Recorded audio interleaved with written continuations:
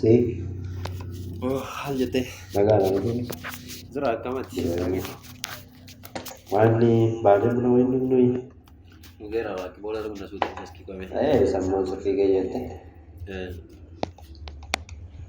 qoyski abdii guutatiin bee abdii kutatiin beetu see wanta isii mari'adha reeni maal ture manta jireenyi kunis cimde maalla gorsitaadha wala si gorsu baay'ee abdii mana kutachiisa beektaa meetu jirama abdii kutannaa kana akkamitti abdii kutachiisuu danda'a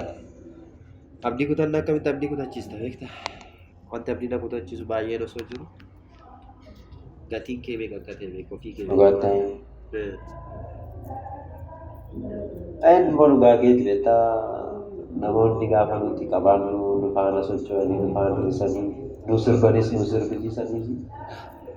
gaafa harka waa lamnu immoo nutti sirbu nurratti sirbu beektaa dhugaa keetti beektaa kanaan maal jechuun dabareeffatu inni waan hunduma keenya irratti ta'edha ati kan beeku qabdu namoonni waan baay'ee si deeggaraniif waan baay'ee si ceebbaniif osoo hin taane galmi kee yookaan gooliin kee parpasiin kee mul'anni kee yookaan viizhiniin keessa qabu Adeegaa dhugaa gorsi galatoonni dhugaa galatoonni sameetu qabda tapha gaaddansaa. jechi kan deemne yeroo biraas humnaaf kan